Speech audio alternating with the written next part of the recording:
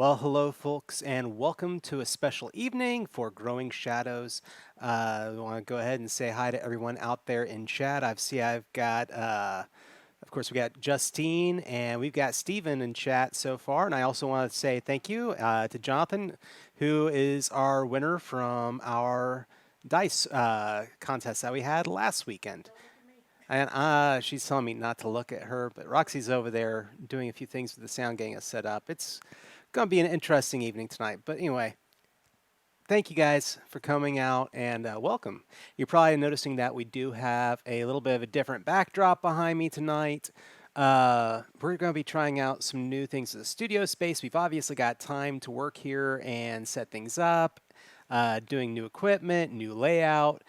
And yeah, just trying out a few things so that we can be ready. We got some big moves that we're going to try and do once everyone comes back in.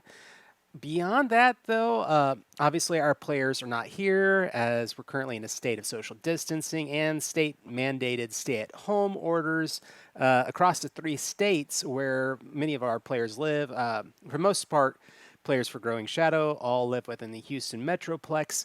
And so it's local here, but the thing is that none of us are going to travel. Some of us don't really have the best internet connection to be running this show. So tonight you've got me, and I'm going to be talking about different things.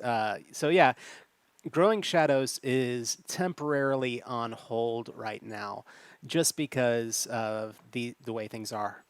But the channel is not going away. We've actually got a few things in the works, and we do plan to start this all back up once everything passes. Uh, so things that we do have going, Illuminated Page, which is one of our other shows here on the channel, they are continuing because all the cast members for that are able to broadcast independently, and they have the equipment to where we can maintain a certain level of, I guess, quality that we really want to do if we're going to be putting it out there. And so everybody's got good cameras, good headsets. And right now, we're actually all trying out different broadcasting equipment, which is really going to be interesting. But other than that, a big one that I definitely want to talk about is that in 2 weeks, so next week on Thursday is going to be our next episode of Illuminated Page, I believe. And then the week after that, we're going to be doing a special airing of Ironbound, the Guardians of Navala, which is a new game coming out from Third Eye Games. It is made for their PIP system, which is a very popular kind of open design or open license gaming system where it's a system of itself that can be applied to different worlds, different genres. And Ironbound is going to be one of the first settings that is going to be a main publication that uses that. There are a few others out there. I believe that their Mermaids game for Third Eye Games also uses it.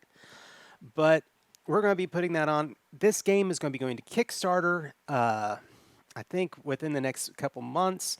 And depending on that, we're essentially getting our hands on it ahead of time. We will be the first show to have the opportunity to use that. And joining us at the table for that game, we'll have Sam, who you may know if you've ever listened to any of our podcasts for Tome Travelers. Roxy will be on the show, and she plays Kyo from this show.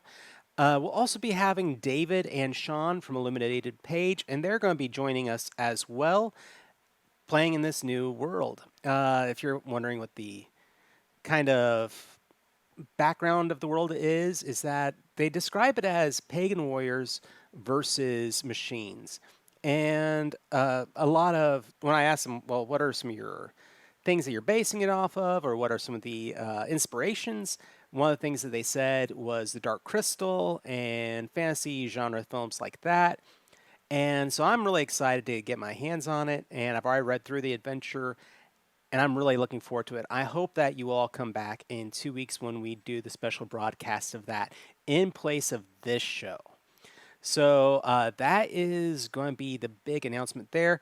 I do want to say also at this time that, social distancing in Houston, the shop, a lot of our employees, or sorry, a lot of our cast members are employees at Space Cadets Gaming, or Space Cadets Collection, which is a gaming comic store here in the Houston Metroplex.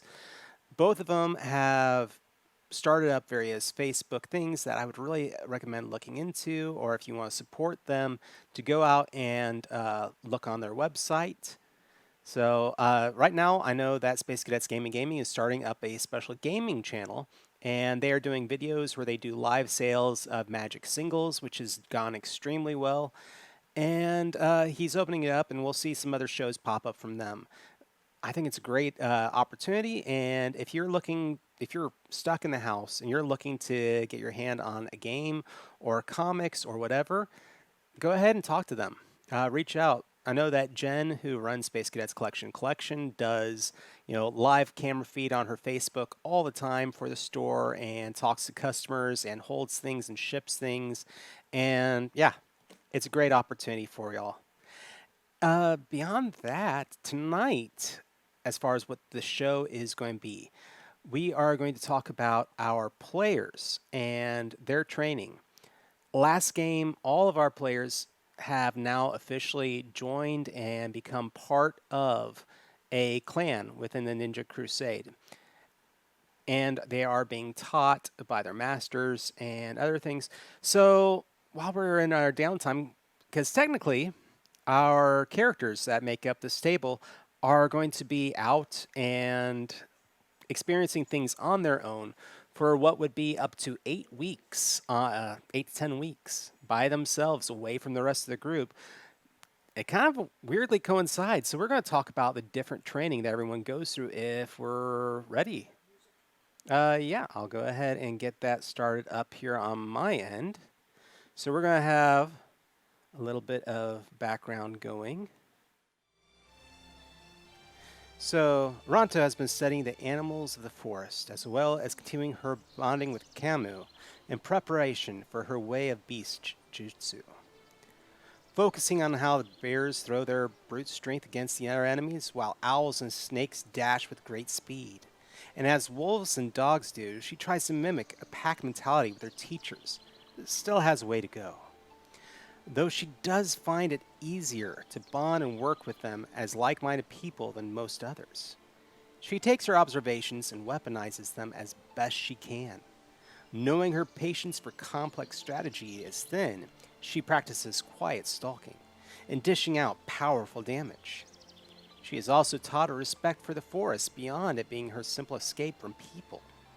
To remove herself from an animal's territory rather than fight it out, and to only hunt and forage for what is needed.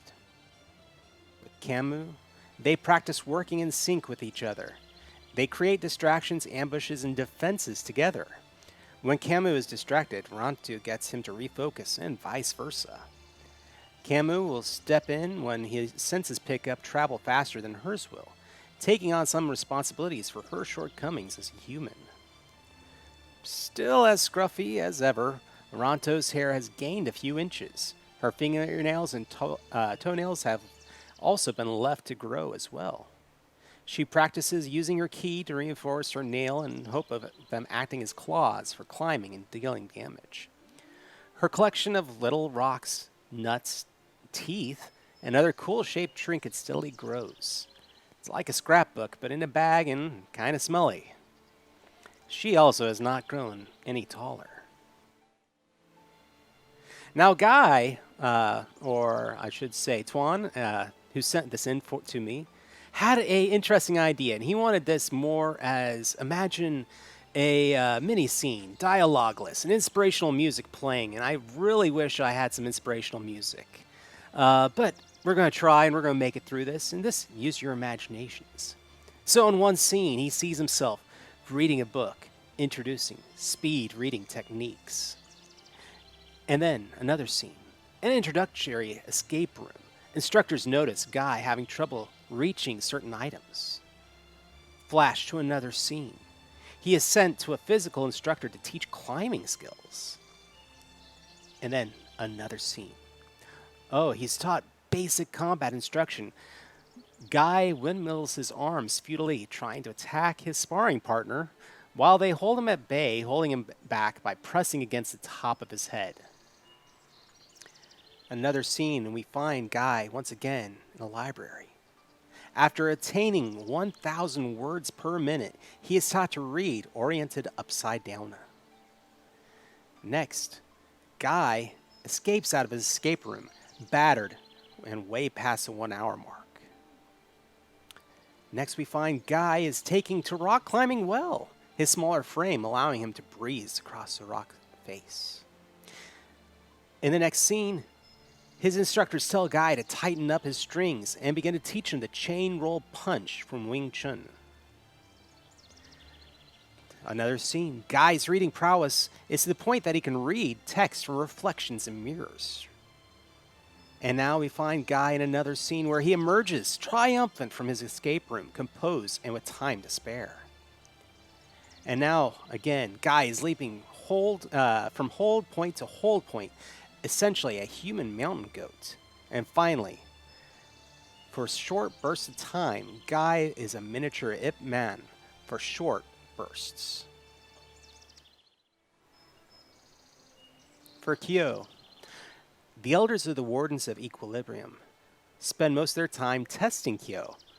What do they know? What have they learned? And they find themselves impressed by their newest disciple. They begin to teach him a way of chi and of peace. But Kyo finds this a challenge and confusing until his masters tell him. Peace is not an emotion itself, but a dedication and a narrowing of self. To not reject feeling, instead to understand what they feel. Self-discipline and self-control. If you are frustrated, then be frustrated, but do not also be anxious and forlorn. If you're angry, then be angry, but do not also be violent and unthinking. Master your emotions, and your emotions are your tie to chi. Master one, and you will master both. Do not let them be your master. And in turn, then use that emotion to be your strength. This strength will then guide you in your training, they tell him.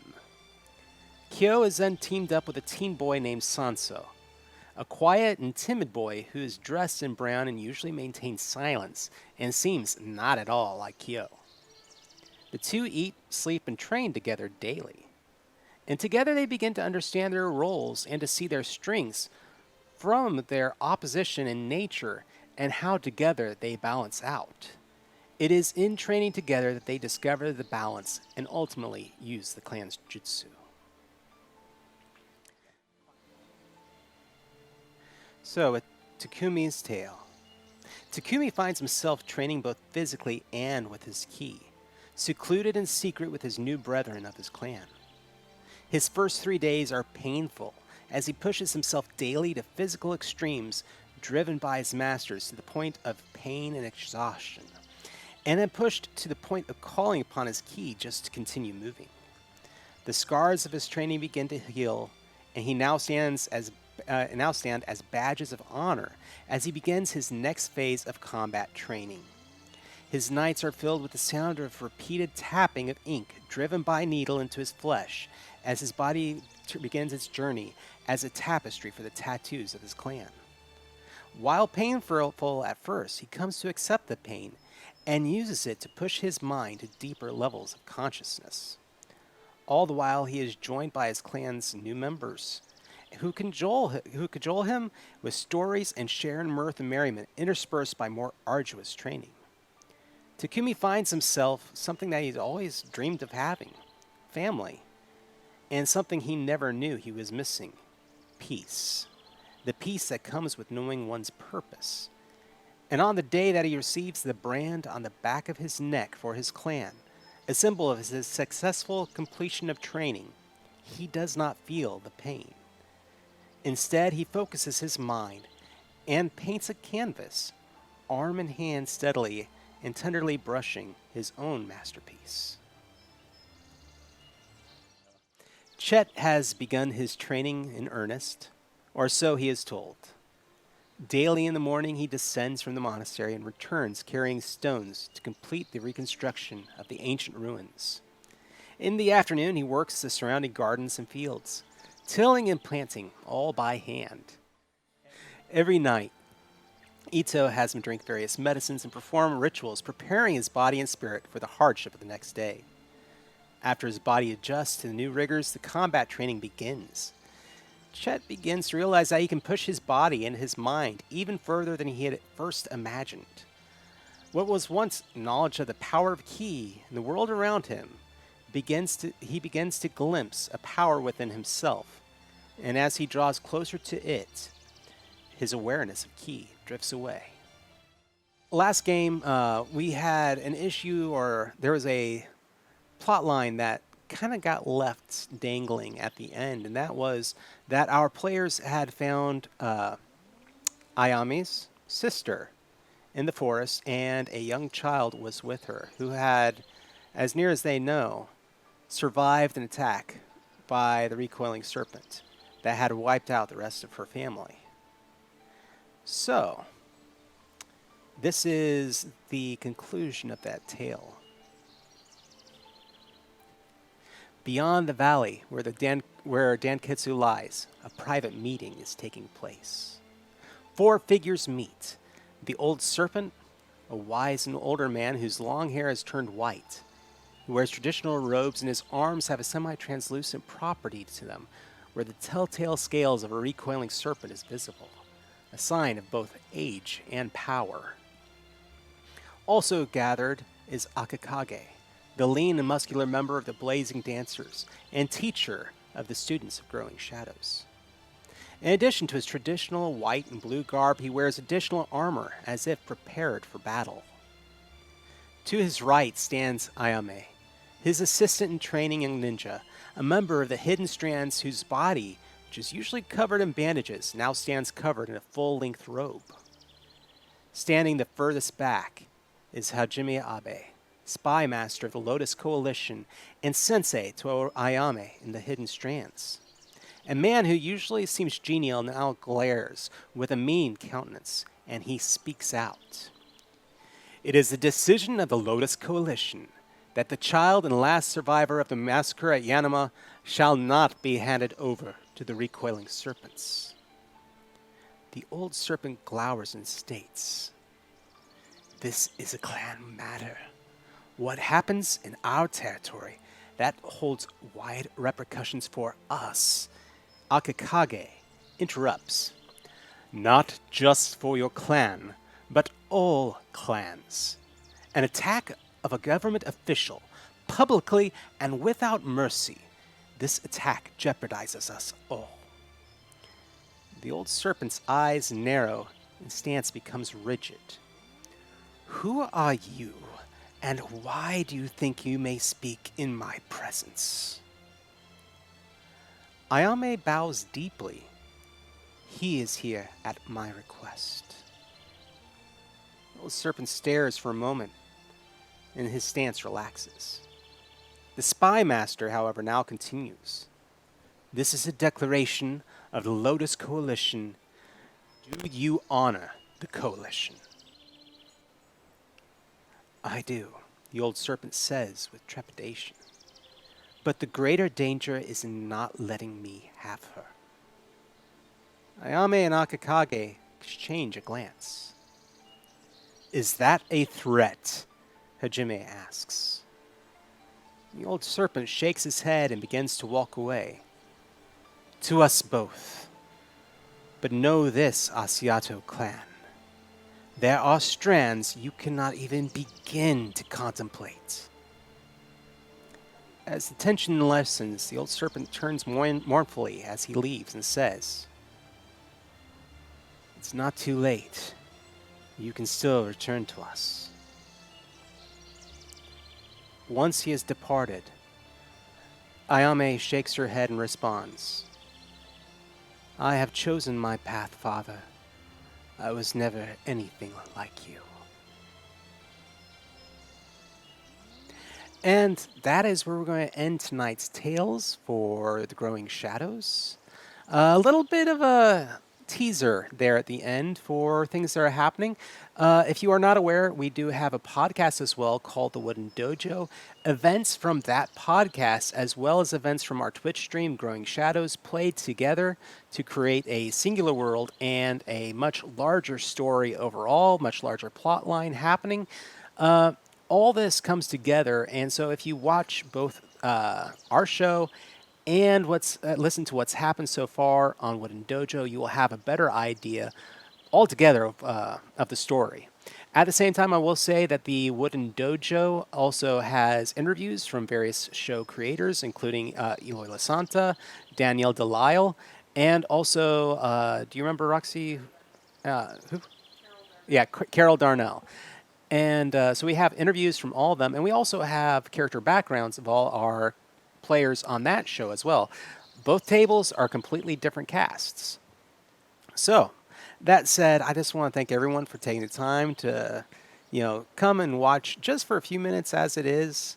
I want to, thank my players who showed up in chat and, you know, just taking the time to relax. The story is going to continue, and we are going to get back to it. And I really hope you're enjoying what we're trying to do with this. Beyond that, I just want to toss out a few more things. Please, if you are out there and you're looking for something to do and you have money to spare, which I know for a lot of us right now that is not the case, there are several groups out there that are supporting their local friendly gaming stores, such as Atlas and also Japanime Games. They're offering up 50% of their sales to go to various friendly local gaming stores that need assistance. You just have to buy it and drop it in the comments who it is that you're trying to support. If you go to our website for Passion, or not our website, if you go to our Facebook group for Passionerdly podcasts, I have a link to a article that tells everyone who is currently involved in and supporting the friendly local gaming stores.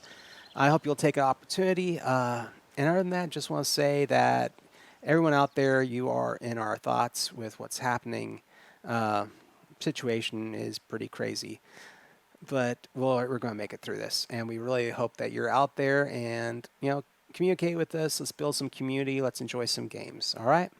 That said, in a little bit, might be back on here on Twitch with our game master from Illuminated Page, and we might be doing a small scene for that game. We'll see what we can get together here in the next few moments. But other than that, thank you guys, and we'll talk to y'all later. Take care. Ready for this?